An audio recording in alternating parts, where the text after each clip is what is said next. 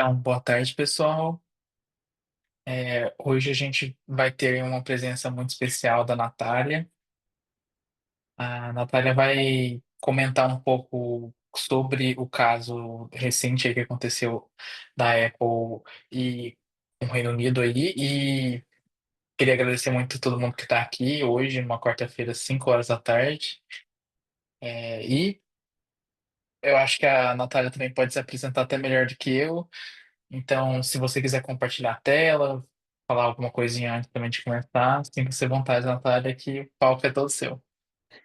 Obrigado, Tobias, pelo convite. Deixa eu, acho que eu acho que algumas pessoas, né, me conhecem já, mas eu deixa eu só fazer uma coisa de cada vez, né? Porque a pessoa aqui tá confusa, né, com as coisas aqui. Bom, deixa eu ir tentar aqui.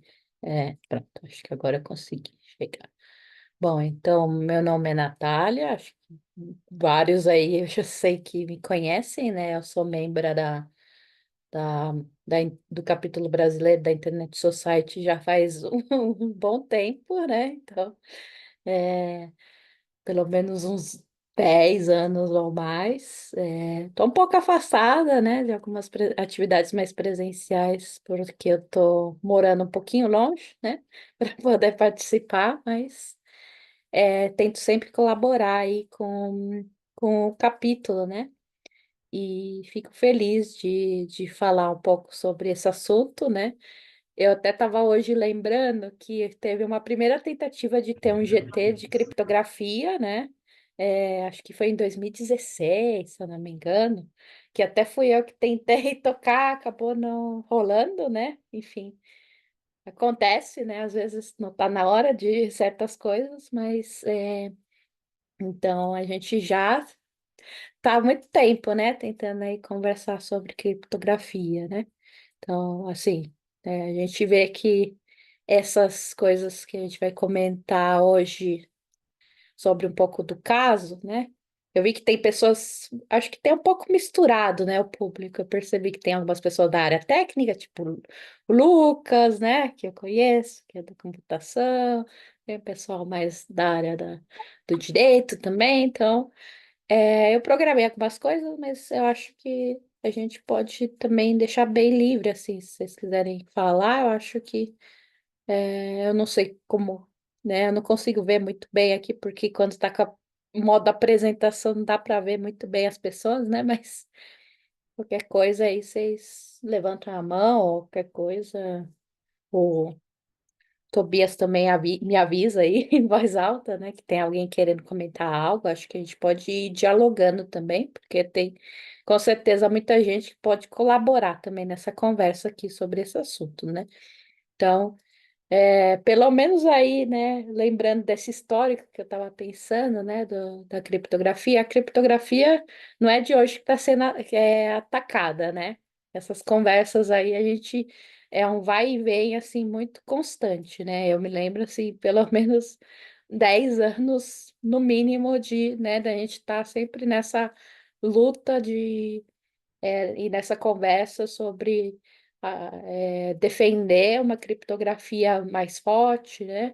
Porque isso é uma coisa que vira e mexe, né? Tem novos ataques aí por várias instâncias, né? Então, eu acho que é interessante pensar, refletir um pouco nesse histórico, né? E aí, aqui, eu pensei nessa agenda, não sei se a gente vai falar tudo sobre tudo, mas, né, acho que é importante colocar aqui para quem, né, não me conhece, que eu sou da área da computação, então a gente, né, eu falo sempre do lugar de uma pessoa da área técnica, apesar de gostar muito de conversar de uma forma ampla, e tem várias formas da gente enxergar a criptografia, né? Então, tem uma parte mais jurídica, uma parte mais social, etc.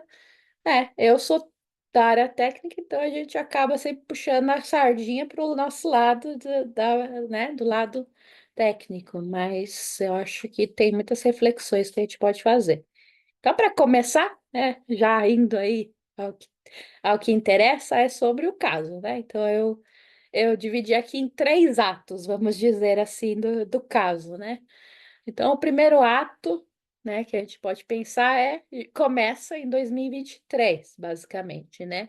É quando a Apple ela lança esse recurso que ele chama de proteção avançada de dados, é um recurso opt-in. Então, basicamente, ele não é ativado por padrão, né? Então, os usuários, se não fizerem, não forem ativos em escolher isso, a opção é que a criptografia ponta a ponta não está ativada no iCloud. Então, essa é um detalhe importante para a gente, né, ter aí já de, de informação, né? Então, o que é essa proteção avançada de dados? Basicamente é uma forma de expandir a criptografia ponta a ponta que foi, né, desenvolvida e que foi lançada em 2023 para aumentar a quantidade de categorias que usam a criptografia para armazenar os dados no iCloud, né? Então, aumentou de 14 tipos de dados para 23, né, categorias de dados. É, e aí também tem um outro detalhe que aí é um pouco menor, né? Menor, sim, né? Que talvez não seja o que está mais, né, no debate, mas que é ter suporte a chaves físicas, né? Também na autenticação em dois fatores, que é uma forma também de aumentar aí o nível de segurança. E com isso, né, criptografia ponta a ponta, depois a gente pode até falar um pouco do conceito.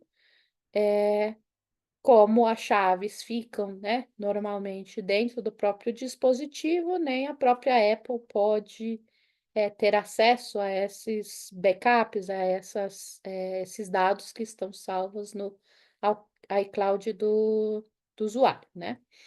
Então, isso quer dizer, né? Tanto a empresa quanto, né? Claro, isso aqui é tecnicamente se tudo funciona, né? Está implementado de forma, vamos dizer, corretinha, do jeito que deve funcionar, criptografia ponta a ponta, né? Como é uma aplicação, né? Que não é open source. Oi, alguém falou algo? Não? Tá bom. Como na aplicação open source, né, que a gente pode ver o código, ver como que foi implementado, né, as coisas, a gente tem que acreditar na índole do que a empresa está falando, né, porque a gente não tem como fazer uma auditoria para saber se está bem implementado essa questão, né, então isso aqui é um ponto, né, mas, né, suponhamos que a Apple fez tudo direitinho, né, então em tese ela não tem nenhum acesso aos dados, né? E aí vem o ato 2, né? O ato 2 seria já esse ano, né? Que é uma notícia que apareceu aí como uma bomba no Washington Post, né? Que na verdade veio, né? Vamos dizer, foram whistleblower, alguma coisa assim, porque nem o governo do Reino Unido e nem a Apple, eles confirmam plenamente essa informação, né? Eles não querem comentar, então todas as notícias que eu li não tem comentários explícitos se isso, né, assim, afirmando que isso de fato aconteceu, né? Mas com certeza deve ter acontecido, mas ninguém quer comentar porque é uma situação um pouco delicada, né? Então, basicamente, o Reino Unido tem desde 2016 uma lei, né, que é Lei dos Poderes Investigativos, né, que é para poder ter acesso a certos dados para investigação, né? Então, existe essa lei. E, a partir dessa lei foi emitida uma, uma ordem, né, para a Apple, uma ordem que não foi aberta, não tem em nenhum lugar, ninguém conseguiu ver, então é uma coisa que não é pública, né, essa ordem, é uma ordem, eles falaram técnica, né, para pedindo a Apple, ordenando, né, não pedindo, ordenando a Apple a criação de uma backdoor para acesso a dados criptografados desses usuários do iCloud, né. E o detalhe aqui do caso é que esses dados criptografados que o governo do Reino Unido quer ter acesso não é apenas dos cidadãos, né, do Reino Unido, mas do mundo inteiro. Então, isso é já uma coisa além, né? Então, é a questão de que ele pudesse ter acesso a qualquer dado de qualquer cidadão, né? Enfim, que seja usuário de iCloud, né? Independente se mora ou não mora no Reino Unido, ou se é cidadão de lá ou não, né? E essa ordem também, né? Aí impede que a Apple informe aos usuários que foi criada essa backdoor e que, né, que de fato essa criptografia foi corrompida de alguma forma, né? Então, essa seria a ordem, né? Como eu falei, foi uma notícia aí, né, que saiu na Washington Post cerca de um mês atrás, né? Talvez um pouquinho mais que um mês atrás, falando sobre essa questão, né? E aí a grande questão é como que a Apple vai reagir, né? Ainda as coisas estão acontecendo, né? A gente não tem um total desfecho do caso, mas a gente tem já o ato 3, né? O ato 3 aqui, que é o mais, a, o mais recente desenvolvimento dessa situação é que a Apple decidiu deixar de oferecer essa funcionalidade de proteção avançada de dados do iCloud apenas para os usuários do Reino Unido, então para outros países isso continua, né, sendo ofertado, o que significa que usuários novos que queiram ativar agora, né, dentro lá do Reino Unido não podem, mas ativar essa proteção. E os usuários que já fazem uso, né, dessa funcionalidade vão ter que desativar em algum momento. Ainda não está claro em quanto tempo, né, que vai ser esse momento, né? Mas isso vai ter que ser feito, né? É, a grande questão aqui, né, é que a Apple, né, ela decidiu, em vez de implementar uma backdoor, ela decidiu remover a criptografia como um todo, né? Então, essa foi uma decisão no sentido de tentar mostrar uma posição, acredito, né, de que eles não vão enfraquecer a criptografia e que então eles, para oferecer uma criptografia meia boca, eles preferem não oferecer, né? Então, isso acho que é uma marcação de posição. Existem notícias um pouco ainda. É tudo muito nebuloso o caso, porque, como eu falei, é uma coisa que nenhuma dos lados se posicionou oficialmente, né? Ninguém quis, vamos dizer, nem o governo do Reino Unido quis comentar, porque eles falaram que não pode comentar esse tipo de ordem, né? Técnica, porque, enfim, e nem a Apple quis confirmar completamente que isso, né, está acontecendo, mas, né, aí, né, vamos dizer, em todo esse cenário, a Apple, ela está tentando, né, ela tem a possibilidade de tentar rebater essa situação também, né, em relação a esse pedido de implementar a backdoor, mas o que acontece é que com essa ordem que eles receberam, né, lá no ato 2, teria que ser teria que ser acatada imediatamente, né, a ordem. E isso não daria tempo de eles se defenderem antes, né? Então eles decidiram por remover a criptografia ponta a ponta para o iCloud, por causa da pressão, e estão, né, no processo de tentar se defender, porque ainda tem uma outra coisa, apesar deles terem tirado, né, decidido remover a criptografia ponta a ponta, no caso aí dos usuários do iCloud do Reino Unido, isso não resolve completamente não atende completamente à ordem, né, que foi pedida pelo governo do Reino Unido, pois o que eles pediram foi acesso a todos os usuários do iCloud, independente se estão no Reino Unido ou não, né? E aqui eles só removeram para os usuários do Reino Unido. Os demais, por exemplo, os brasileiros, continuam tendo acesso a esse esquema de proteção avançada de dados. Então, isso é uma coisa meio, né, cinzenta, e eu estava lendo até umas coisas mais também que eu não coloquei aqui, mas que o próprio os Estados Unidos também está investigando sobre isso, né? Porque tem também a legislação americana, né? O Cloud Act, que em tese proibiria que outros países tivessem acesso a dados né, das pessoas dos Estados Unidos, enfim. Então tá tudo aí, né, em desenvolvimento, vamos dizer aí, né? Mas só para a gente sumarizar aí, quais são as informações afetadas?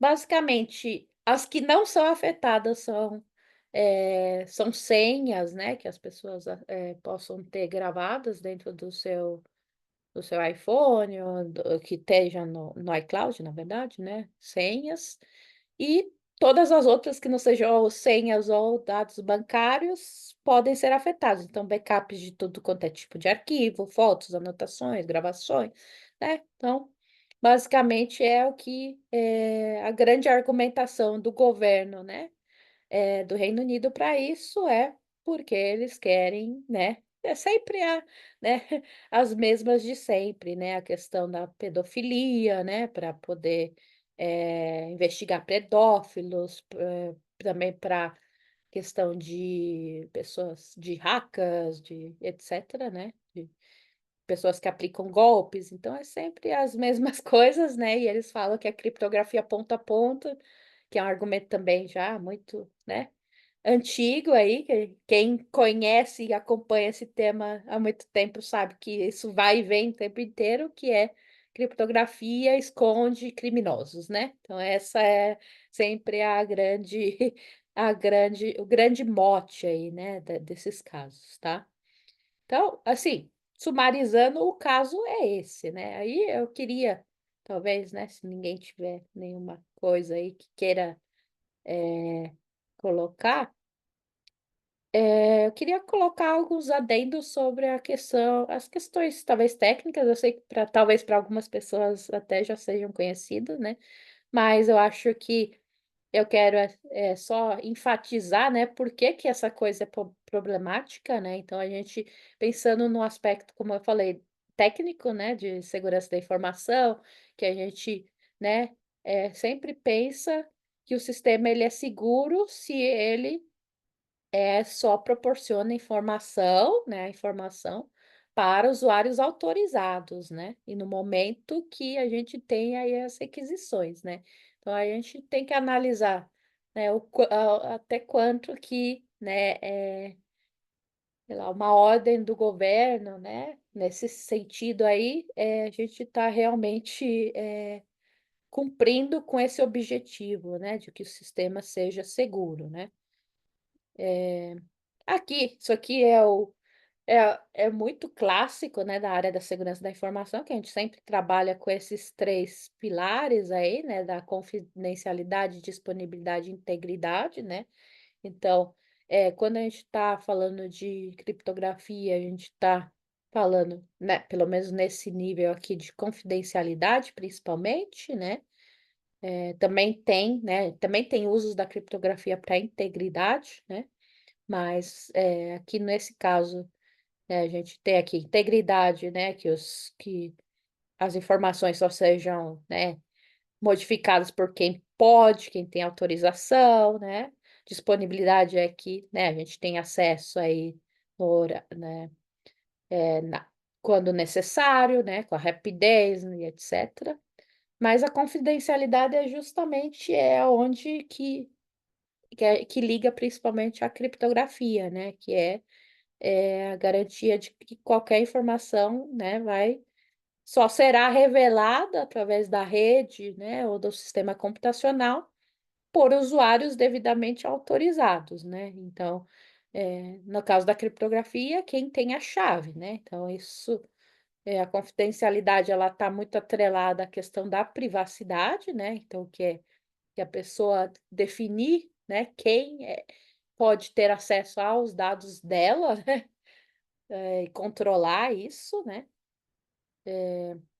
E basicamente aqui, né, a gente fala também desse cubo, esse cubo é muito famoso, né, para quem já conhece aí, o pessoal do CERT também, BR, usa muito, né, essa questão de que a segurança da informação, ela tem aí vários níveis, né? Tem aí os três pilares aí importantes, mas a gente também pensa, né, na segurança da informação, tanto quando a gente está transmitindo dados, né? Então, nesse processo de transmissão através da rede de computadores, então é um momento onde, né, a gente tem aí a também a questão de se pensar a segurança especificamente nesse momento, a questão do armazenamento, então, no caso do iCloud, por exemplo, né, a gente tem justamente aí o armazenamento, né, dessa informação sendo protegida pela, pela criptografia ou o processamento, né, e aí, né, muito mais complexo, né, a segurança, ela não é só tecnologia, né, mas ela também tem um pilar aí de políticas e práticas e os fatores humanos, né? Então, e tudo isso a gente poderia ficar horas e horas só falando sobre isso, mas eu acho que é só para a gente ter uma coisa, né? Então, maioria da parte, né, quando a gente fala de segurança, ela é muito baseada, né, na criptografia, como eu falei. É uma área de estudo, né? Então a gente fala criptografia como sinônimo de uma técnica e etc., mas a criptografia é uma área de estudo que tem várias coisas, né, que são estudadas, né, de forma bem sintética. Oi? Oi, alguém está falando algo? Eu não estou conseguindo entender. Não, eu não entendo. Eu acho que tá bom. Então, aqui só de forma bem simples, para a gente entender alguns conceitos, para quem não é da área, né, poder entender qual é a problemática, né? A gente tem o texto simples, que são as mensagens para cifrar, então aquilo vai, sei lá, se a gente vai mandar uma mensagem no mensageiro, tem, né, o texto que a gente escreveu, o texto cifrado é a saída desse processo de cifração, e a criptografia é esse processo, né, de converter texto simples no texto cifrado. E a decifração é fazer ao contrário disso, né? Então, pegar um texto cifrado e retornar ele para o seu formato de texto simples, que normalmente é na linguagem entendível por humanos, né? Então, o texto cifrado normalmente não é entendível, né, por seres humanos, tá? Só para. Outro aspecto interessante aqui, que é só um side note, né, da coisa toda, criptografia, ela não é incondicionalmente segura, né? A gente fala que alguns algoritmos, eles são computacionalmente seguros se eles atenderem pelo menos um dos critérios, ou o custo para decifrar a criptografia excede muito o valor do que você vai recuperar nesse processo, então eu posso, né, sei lá, vou precisar de né, uma máquina super poderosa, várias horas, etc. E isso vai custar muito dinheiro para eu recuperar uma informação que não vale nada, por exemplo. Poderia ser uma mensagem de oi só, e isso não tem valor nenhum, e eu gastei muito dinheiro com isso, né? Ou o tempo necessário também excede a validade, às vezes, da informação. Então, por exemplo, demorar 10 anos para decifrar qual é a senha do banco de uma pessoa, sendo que ela tem que mudar essa senha a cada 90 dias. Então não adiantou nada, porque quando eu conseguir essa informação já não é mais válida, né? Então, é, então o algoritmo criptográfico ele precisa ser bom para atender às condições da aplicação específica, né? Então, ele- porque se eu tivesse todo o tempo do mundo e todo o poder computacional do mundo, né, provavelmente eu poderia ir testando todas as possibilidades de senha, né, e fazer por força bruta, que a gente fala, descobrir qual que seria o segredo para abrir aí, qual é a chave, né? Mas como a gente não tem todo o tempo do mundo e nem todo o poder computacional, né, do universo, então é por isso que os algoritmos que nós temos hoje em dia são seguros, né? Enfim, mas eu não vou entrar em tantos detalhes, né?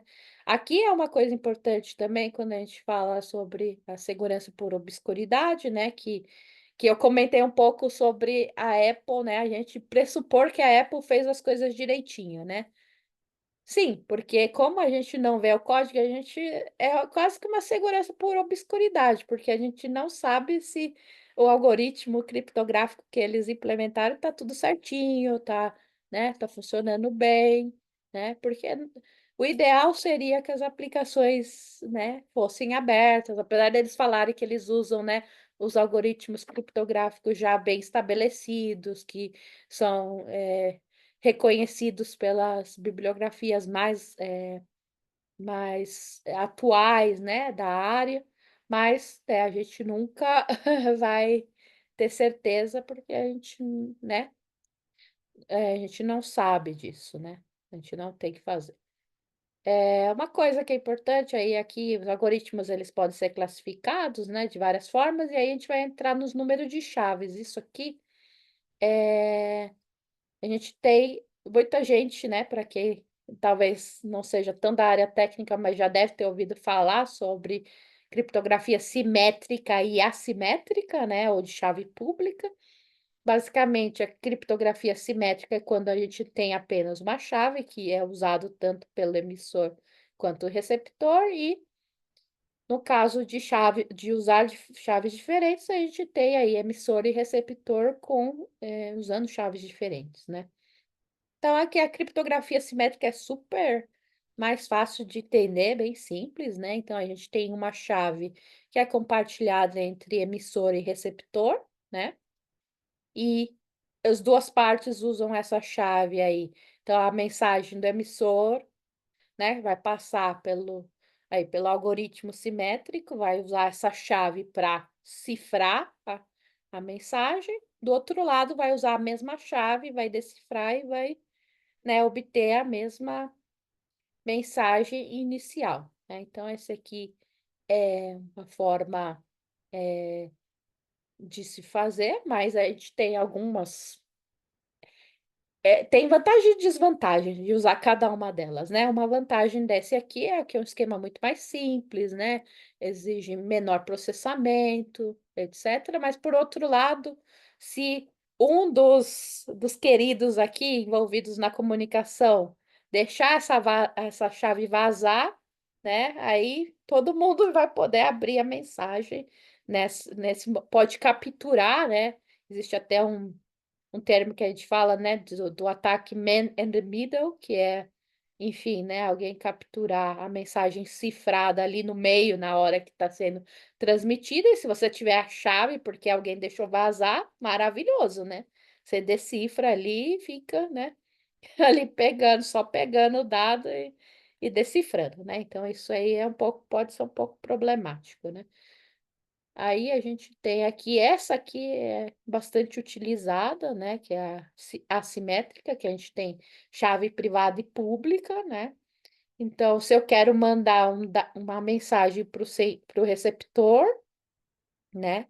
Esse receptor ele vai numa comunicação anterior, né? Me mandar a chave pública dele, né? Então, eu, como emissor, vou receber essa chave pública e vou usar a chave pública dele no meu algoritmo assimétrico, né? No software aí que vai fazer essa cifração, né? E vou pegar minha mensagem, vou cifrar, e quando chegar lá do outro lado, o receptor tem uma chave que é a chave privada, que é diferente da chave pública que ele me enviou, né? E que eh, converte, né? Faz a decifração desse processo. Então, esse processo é interessante porque se vazar a chave pública não tem o menor problema, né? Então é um pouco mais seguro aí nesse sentido, mas a gente tem um pouco precisa um pouco mais de processamento, né? Para isso acontecer. Mas, né? Tem aí vantagens e desvantagens, como eu falei, né? Então, aqui outros conceitos importantes que aí eu falei tudo isso para a gente tentar chegar exatamente aqui né, tentar conectar um pouco com o caso, né, que é a criptografia ponta a ponta e o backdoor, né? Então, quando a gente fala de criptografia ponta a ponta, né, aqui a gente tem. É um caso muito parecido com o da criptografia assimétrica que a gente viu anterior, né? Então, vamos pensar aqui que a gente tem o computador o iPhone da pessoa e a gente tem ali o Ele é muito computador. inteligente mesmo. É inquestionável. Opa, Ele tem um repertório. opa, alguém. E a gente tem ali uma outra máquina que a gente está mandando coisas, né? Talvez, acho que se a gente pensar em mandando mensagem né, de um, de um iPhone para o outro, né? Então a gente tem aí, se eu quero mandar, talvez o WhatsApp é o mais fácil da gente visualizar primeiro, né? Então, se eu quero mandar uma mensagem para, sei lá, para o Tobias, né? Eu vou ter aí a chave dele e vou. Alguém mandou uma mensagem aqui, eu não escutei. Ah, tá. Tá bom.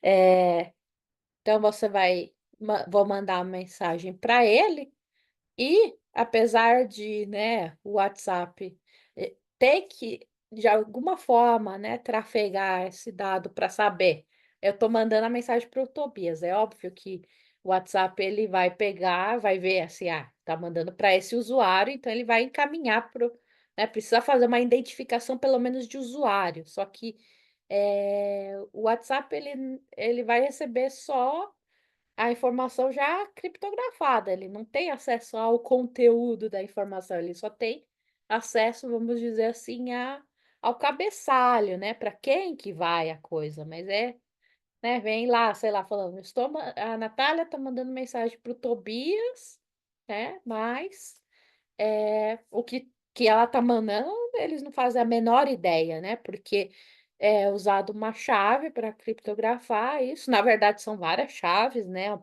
processo é um pouco mais complexo, né? Tem chave de sessão, chave de darará, isso, aquilo. E vai chegar e só o Tobias vai de fato conseguir ver a mensagem, porque ele tem uma chave privada, né, que é necessária para abrir essa informação, né? E vice-versa, né? E o WhatsApp, por exemplo, quanto esse intermediário, ele não tem a chave privada, que está apenas no dispositivo do Tobias, né? E se o Tobias mandar para mim, eu tenho uma chave também privada que vai abrir a informação que ele me mandou e que o WhatsApp também não tem essa chave minha, porque ela está atrelada ao meu dispositivo, ela foi gerada no meu dispositivo, né? Então, ela não é, essa chave ela é gerada no meu dispositivo e não é enviada para um servidor central, por exemplo, do WhatsApp, né? Então, eu tenho dentro do. E a mesma coisa aqui na comunicação de iCloud né? E o iPhone da pessoa, né? Então a gente tem aí que não tem como o- a Apple ter essa chave privada que cifrou a informação, né? Também, sei lá, se eu, né, mandei para o meu iCloud, essa chave está dentro do meu dispositivo, né? E a Apple não tem essa chave guardada para poder, de fato, abrir essa informação, né? Bom. Só para a gente tentar entender um pouquinho, né? Então, bom, aqui. E aí, o que que é o backdoor, né? Só para a gente, né? Porque a gente fala tanto de backdoor e aí. Então, backdoor, na verdade, é um método. Normalmente é feito de forma secreta, então raramente as pessoas sabem que tem, né? Então não é uma coisa que, sei lá, qualquer empresa vai levantar a mão e falar, eu faço backdoor, eu coloco aqui backdoor mesmo. Não, normalmente é secreto, né? Ninguém sabe que isso está acontecendo, que é uma forma de passar, né? Transpor a autenticação normal. Então, a autenticação normal seria colocar uma senha X que aquela pessoa tem. Então, eu vou colocar uma forma alternativa aí que eu possa, talvez uma senha mestra, por exemplo. Então, uma senha que abre todos os iClouds de todos os usuários, por exemplo. Poderia ser uma espécie de backdoor nesse sentido, né? É, enfim, pode ser também outras formas, né? Mas normalmente a ideia aqui é para assegurar um acesso remoto que não é autorizado pelas formas mais convencionais aí, né? Então você obter acesso tanto ao computador, às vezes, da pessoa, ao dispositivo, quanto também a textos, né? Ao conteúdo dessas informações. Hackers também fazem isso para tomar acesso remoto, né, de computadores, por exemplo, né? Assim, para poder dar comandos, né, de coisas em servidores, por exemplo. E pode ser feito, implementado de várias formas. Pode ser dentro do próprio software já ter né, uma funcionalidade ali que já está prevista, que é para, sei lá, usar uma chave mestra, por exemplo, né? Então já tem lá, sei lá, se a pessoa digitar 1, 2, 3, 4, 5, 6, essa é a chave mestra, então pronto, acabou, abriu. Qualquer um que souber essa senha mestra, não importa, né? Tipo, não precisa de nenhuma outra senha pessoal, etc. Mas pode ser um software também separado, que às vezes explora alguma vulnerabilidade, né, de um outro software, isso é bastante comum, né, de ser feito, né? Ou até mesmo também é possível de fazer backdoors através de recursos de hardware, né, também. Então, e qual que é o problema, né, quando a gente fala de backdoors? O problema é que o backdoor ele fragiliza o mecanismo de segurança, né? Porque ele cria mais um ponto de vulnerabilidade, né, também dentro de um sistema, né, aí que usa criptografia e que permite aí a interceptação, né, de mensagens e conteúdos e etc, né? Então ele pode, quando você cria uma backdoor, você pode falar, mas é porque existe uma coisa lícita, né? Vamos dizer, talvez nesse pensamento, só vou dar acesso do backdoor para investigações criminais, só quando tiver um processo judicial, e aí, beleza, vou fazer só. Só que o problema é que não é tão simples assim, né? A gente não tem como assegurar que essa backdoor ela não vai ser explorada por outros agentes que não sejam os, vamos dizer, os legais, né? Que sejam só quando tiver ordem judicial ou etc e tal, né? Então a gente não tem como assegurar isso. A partir do momento que você cria esse, essa porta dos fundos, que é uma forma alternativa de ter acesso às informações violando a criptografia, você não tem como mais assegurar que essa criptografia é segura, né? Então, esse tipo de inserção de backdoor, né, nos algoritmos criptográficos, ela é totalmente desencorajada quando a gente fala dentro da comunidade da criptografia, né? Porque ela pode, é um ponto de vulnerabilidade, ela pode ser explorada por atacantes e com certeza vai ter muita gente interessada em tentar explorar isso para roubo de dados, alteração de dados também, de alguma coisa, né, que faça aí, sentido. Então, não tem como você mais assegurar que tem uma criptografia forte quando você insere, né, implementa uma backdoor, né? Então você é complicado, né? Então acho que a grande questão aqui quando né, a Apple é pedida aí, né, quase que obrigada a inserir uma backdoor é que ela está fragilizando o seu algoritmo e ela não tem mais como garantir que outros agentes que sejam agentes que, que sejam ilícitos aí de acessar também, né? Porque é mais um ponto de vulnerabilidade, né? Então, essa é a questão. E também, é, enfim, e ainda tem, né? A gente falando aqui, ainda naquela ordem, eles falaram que não era para nem avisar os usuários, né? Que tá inserindo uma backdoor, que é bem problemático, né? A pessoa nem tem a transparência de saber que existe, né? Então, é bem problemático na meu ponto de vista. Bom, eu, né? Eu acho que eu tentei aí ser bem sucinta, né? Eu acho que a gente pode, talvez, conversar agora, acho que é legal, né? Para que a gente tenha um tempinho aí. Então, e tem um monte de gente que também conhece bastante aí, que pode, enfim, né? Pode perguntar, a gente pode debater, né? Falar que eu falei abobrinha também, enfim. Então, tá bom aí. Então é isso. Boa, boa aí. Sei, sei. Obrigado, Natália. Nada. Não sei se alguém tem alguma dúvida. Eu tenho uma, já. Eu tenho algumas, na verdade, mas vou.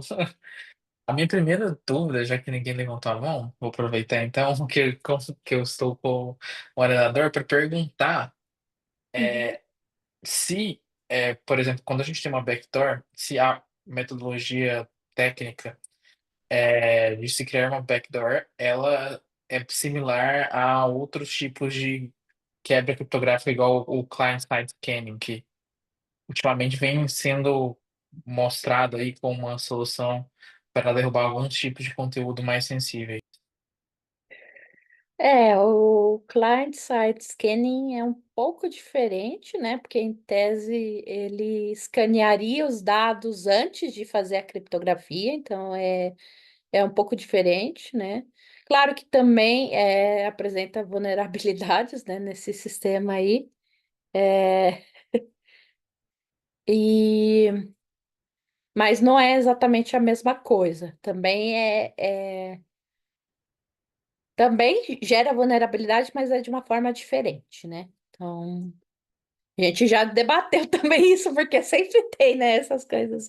Acho que o Lucas colocou uma coisa, eu estava vendo aqui. Deixa eu ver. Peraí. Lucas, fiquei na dúvida se, no caso da Inglaterra, existia alguma exceção para dados de mensageria ou se a ordem era para todos os dados de backup mesmo. Enfim, o que eu li, né, de todas as coisas, até como eu falei, não é uma coisa tão aberta, não tá, né, assim, vamos dizer que tá acessível, né, que você possa acessar o pedido, né, verdadeiro ali do Reino Unido, mas por tudo que eu li, era para todos os dados de backup, inclusive de mensageria, né, só tirando mesmo dados de senha e bancários. Era a única exceção, assim. Então, é, é bem problemático, né? Então, Lucas, como essa solicitação de backdoor do Reino Unido poderia impactar usuários do mundo todo? Como acessaria os dados dos usuários no mundo? Vale apenas para os servidores da Apple localizados no Reino Unido ou conseguiria atingir outros locais? Boa pergunta, né? Isso aí, como eu falei, né? Como é uma grande dúvida, né? Como que seria isso? Porque, primeiro, porque as coisas não estão tão às claras, né? Mas como que poderia impactar usuários do mundo todo? Em tese, eles queriam que todos os servidores da Apple, acho que independente de ser do Reino Unido, tivessem essa backdoor, enfim, não instalada, mas enfim, né, colocada ali, né, desenvolvida. Então, é uma coisa completamente absurda, na verdade, Lucas. Pelo menos eu olhei assim e falei, meu Deus do céu, que coisa louca, né? Totalmente extraterritorial, assim, sabe? Eles querem realmente, assim, completamente desproporcional. Não tem nem como dizer que é proporcional, porque é, a ideia era justamente de implementar. Se eles querem acessar os dados do mundo todo, ou, né, faz backup. Vai ter um backup também das informações de os usuários da Apple no Reino Unido, né, para só corromper, vamos dizer, os servidores que estão no Reino Unido, ou eles vão ter que fazer isso nos servidores de todas as localizações. É a única forma que dá para fazer, né? Então, e que mais? Vale apenas para os servidores. Então, também não tem essa informação sobre se só vale para os servidores da Apple no, no Reino Unido, né? Mas é o que eu falei, aqui é tudo muita especulação, porque como não temos o pedido mesmo, né, que foi enviado para a companhia, a gente só vai na base da especulação do que saiu nas mídias aí, né? Várias, né? Na Washington Post, na BBC. E essas coisas não estão claras, né? Se é para todos os servidores, mas eles queriam ter acessos aos dados de qualquer usuário, independente de ser do Reino Unido ou não, morar lá, não. Então, como eu falei, ou você vai implementar aí backdoor em todos os servidores, independente da localização, ou você vai ter que fazer backup de todos dados de todos os usuários em servidores lá do Reino Unido e só aqueles ter a backdoor. Então, eu acho que não tem muito de onde fazer, né? Bom, Pedro aqui falou alguma coisa, deixa eu ver. O Online Safety Act da Inglaterra previa monitoramento de mensageria, mas deram justamente porque não tinha como criar uma backdoor segura. Devem voltar a pensar nisso em breve. Provavelmente sim. Nesse monitoramento do Reino Unido, como impacta os dispositivos da Android? Esse monitoramento pelo governo inglês ou ainda está sendo discutido? Como o Google se posicionou? Boa pergunta. Eu li algumas coisas sobre isso também. É, A grande questão é que ninguém está querendo de fato, se posicionar publicamente, né? Então, todas as mídias que eu li, né, várias aí internacionais, foram procurar essas outras empresas, né? Por exemplo, a Meta, Google, etc., e eles não quiseram se posicionar. Inclusive, perguntaram se eles receberam ordens similares, né? Como a que a Apple recebeu, e também eles não quiseram responder se sim ou se não, falaram que não poderiam nem confirmar nem desconfirmar, basicamente. Então, não dá para saber porque não tem nada aberto. E como que isso impacta? Atualmente, né, se a única a única medida que foi tomada foi em relação ao iCloud, em tese não afetaria, mas afeta no sentido de virar um precedente, né? Se isso for implementado pela Apple para o iCloud, obviamente isso vira um exemplo do que o governo pode pedir para outras Big Techs, né? Então, acho que o grande problema é esse, porque quando você tem, se funciona para a outra empresa não vai ter mais o argumento de dizer que não vai fazer, porque se uma está fazendo, é falar, bom, a outra conseguiu fazer, por que que você não está fazendo, né? Então, acho que vira uma coisa dessa. E também vira uma bola de neve em relação a outros países, né? Porque se tem um precedente no Reino Unido, por que que não, daqui a pouco não vai ter num outro país, entendeu? Vai falar, olha, tem esse caso aqui no Reino Unido, onde eles fizeram backdoor. Então, isso é um exemplo negativo que pode ser copiado, né? Então, eu acho que a grande questão é essa. Alguém colocou, vão querer fazer um backup direto de todos os casos, para um just in case. Isso, Rayane falou, se queria em segredo, pode ser que outras implementem e não deixe claro para os usuários. Exatamente, Rayane, isso é a grande dúvida, né? Porque tá tudo assim, né? Tem essa coisa das empresas não estarem falando abertamente, o governo não confirma nem desconfirma o que acontece, né? Mas eu acredito que foi um whistleblower, provavelmente interno, que deve ter vazado essa informação, né? Pro Washington Post. Duvido que o Washington Post não tenha vamos dizer, um lastro para ter publicado o que eles publicaram. Provavelmente eles viram, né? Eles têm boas provas do que eles estão falando, né? Só não vão falar quem é a fonte e etc, né? Porque aí não dá mesmo, né?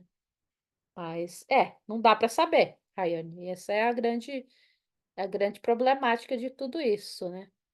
Então, e também, como eu falei, né? Quando a gente tem softwares proprietários onde a gente não olha, não pode ver o código, a gente não tem também como fazer auditar, né, nesses códigos para poder falar, tem aqui uma backdoor. Não, não tem uma backdoor, né? Então, fica tudo na base da confiança. Eu tenho que confiar no que a empresa está me dizendo, que ela não, né, que ela implementa as melhores práticas, que ela não tem backdoor, né? Então fica. Por isso usem Signo. Brincadeira. Mas se quiserem, podem usar Signo. Deixa eu ver aqui. Perdão se eu fugi um pouco do tema, mas diante das problemáticas associadas ao uso de backdoor e client scanning, você acredita que alguma dessas abordagens ou outra alternativa seria uma solução eficaz para combater os crimes que justificam sua implementação? Essa pergunta é uma pergunta difícil, né? De Porque a questão é vamos dizer, o compromise, né? Que a gente fala de tipo, e aí, como que a gente balanceia, né? A questão de combater crime e ao mesmo tempo a proteção da privacidade, né? Dos dados, das pessoas.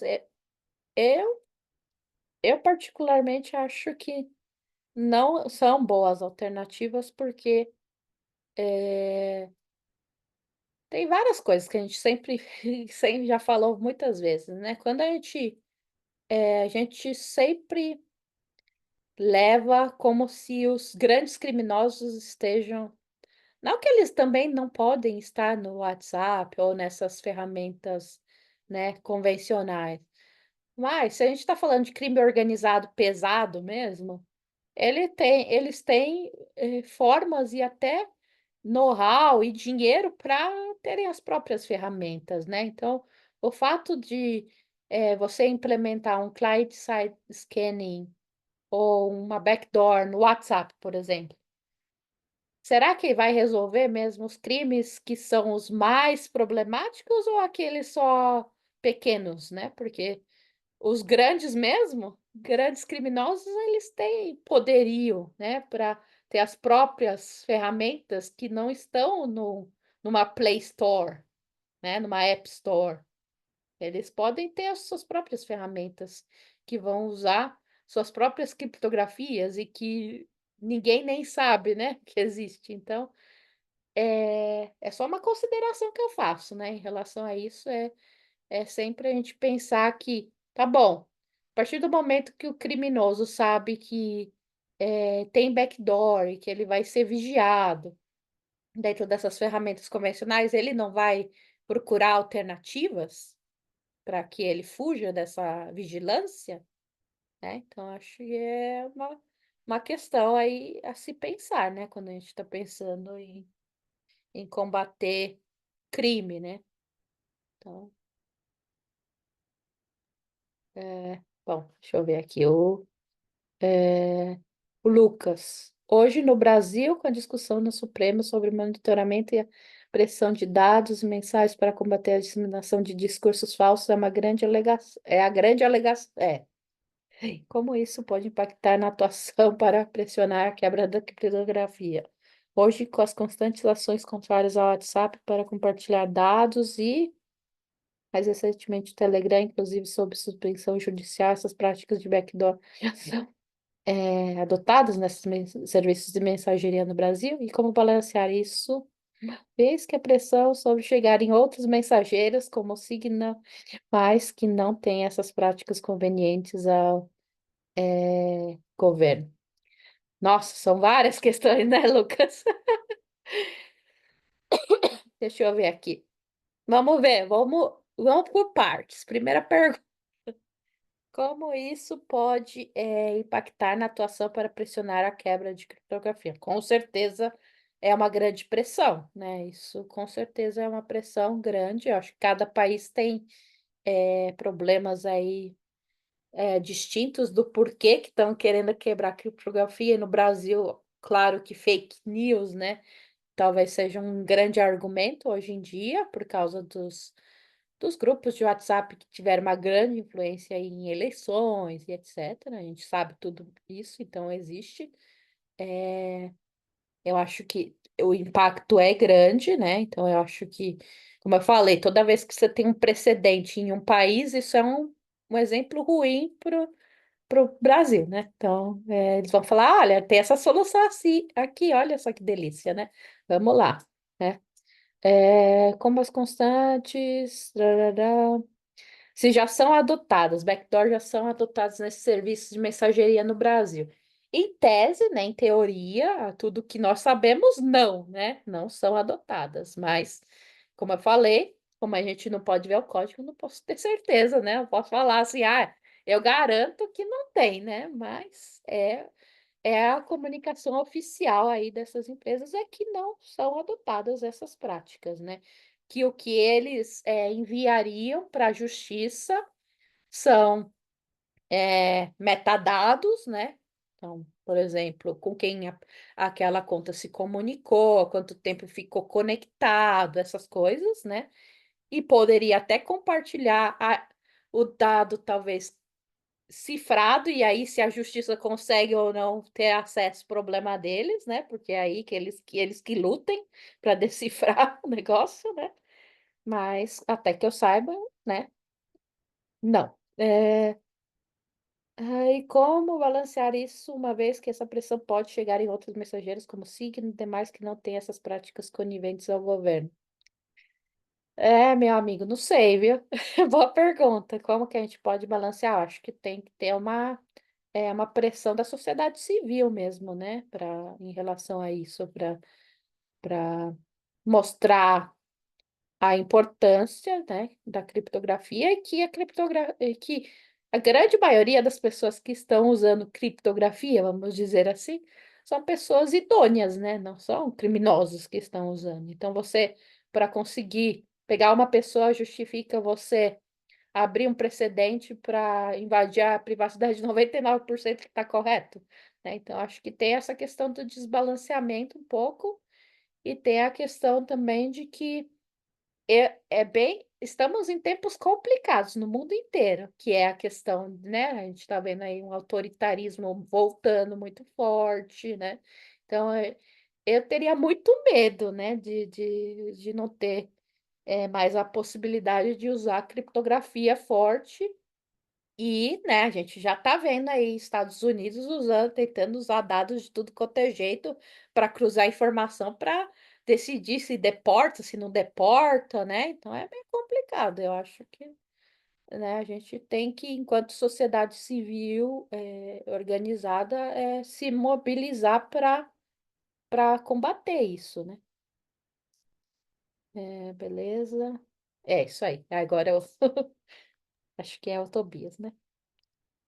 Natália, vou aproveitar que eu sei que você está fazendo pesquisa aí na Alemanha, você também está sabendo um pouco mais do contexto da União Europeia, e eu queria saber se no âmbito da União Europeia tem alguma discussão rolando em relação a isso. Especialmente porque muito do debate aparente assim no Brasil, ele acaba, querendo ou não, apesar da gente debater muito criptografia no Brasil, o IPREC tem trabalhos muito legais, mas geralmente, quando é para discutir alguma coisa, costuma seguir um pouco a onda da União Europeia. Então, tipo, você tem alguma coisa acontecendo também próxima ao que está acontecendo no Reino Unido? Como que as autoridades estão lidando com esse tipo de coisa? Bom, eu não tô, que eu saiba assim, não tão, né? É claro que a gente sempre, né? Porque é uma coisa um desenvolvimento muito recente, né? Então a gente não tem como dizer qual vai ser a posição, né? Pode ser que no futuro mude, né? Até porque, por exemplo, na Alemanha acabou de tá assumindo o novo governo, então tudo isso ainda não tá, nem chegou, né, na discussão. Então acho que vai demorar um pouco de tempo, né, para de fato virar uma pauta, vamos dizer assim, né? E, e tá, né? Eu acho que tá ebulindo, como eu falei, autoritarismo por todo lado, então isso é um pouco complexo, mas a última, vamos dizer, movimentação que teve foi no sentido do ano passado mesmo, os Estados Unidos se posicionou muito forte em. Eles tinham uma posição sempre meio dúbia, né, em relação à criptografia, de vai e vem, mas eles se posicionaram ano passado em favor da criptografia forte, justamente porque o grande mote disso seria combater a espionagem chinesa, né? Então, isso aí foi uma coisa do ano passado, que teve aí umas declarações, né? Mas aí também agora tem governo novo, então, né? É aquela coisa que nunca se sabe como se vai mudar um pouco o posicionamento, mas tem esse posicionamento. E a União Europeia seguiu muito nesse sentido também, de se posicionar favorável, justamente porque existe também o mesmo receio em relação à espionagem chinesa, né?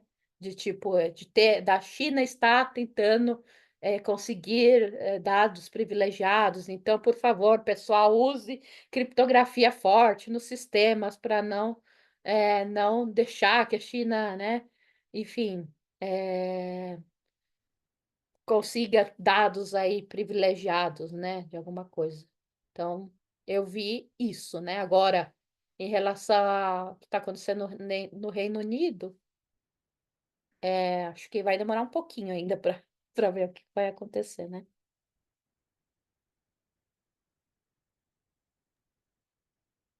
Mais alguém tem alguma consideração, alguma coisa? Uhum. Eu vi aqui que o Pedro compartilhou, né, um negócio de vigilância do Ministério da Saúde. Eu vou olhar depois. Da Justiça, não da Saúde. A pessoa tá louca, né? Legal.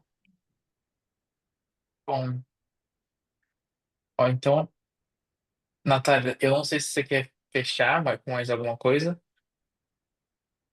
Eu acho que não tem assim muito mais coisa assim para adicionar. Eu acho que é importante que tenha esse GT, né, de criptografia, que é um grupo aí que vai, né, que está discutindo esse assunto. Eu acho que é importante que a gente se posicione, né, sempre em favor aí da criptografia forte. E é constante vigilância, né, basicamente, porque, como eu falei, né, assim, pelo menos do tempo que eu acompanho o tema, essa coisa sempre vai e vem, né? Não é uma coisa assim estabelecida e pronto, agora a gente já conquistou isso e nunca mais vai perder esse direito, vamos dizer assim, né, da criptografia como um padrão. Não, é uma coisa que vive assim, voltando como uma forma de, né? E eu prestaria muita atenção, né? é, ne- Na questão aí do cenário político também, que é bem desfavorável a gente ter, né, não ter criptografia aí. Eu acho que é importante que a gente possa, né, para poder fazer críticas, para poder se proteger de várias coisas, né? Então, acho que é isso, assim, que eu fico muito feliz que tem o grupo aí que tá se debruçando sobre isso, né, na ISO Brasil. Se você quiser, inclusive, fica o convite aí Eu vou para entrar tentar, no eu vou grupo ver. também, hein? Eu vou ver se eu consigo comparecer de vez em quando. Vamos ver. Eu vou ver quando que for a próxima, eu vou ver se eu consigo, sim. Tá, eu vou te adicionar no grupo então, já. É, ó, mas então deixa eu só parar de gravar aqui.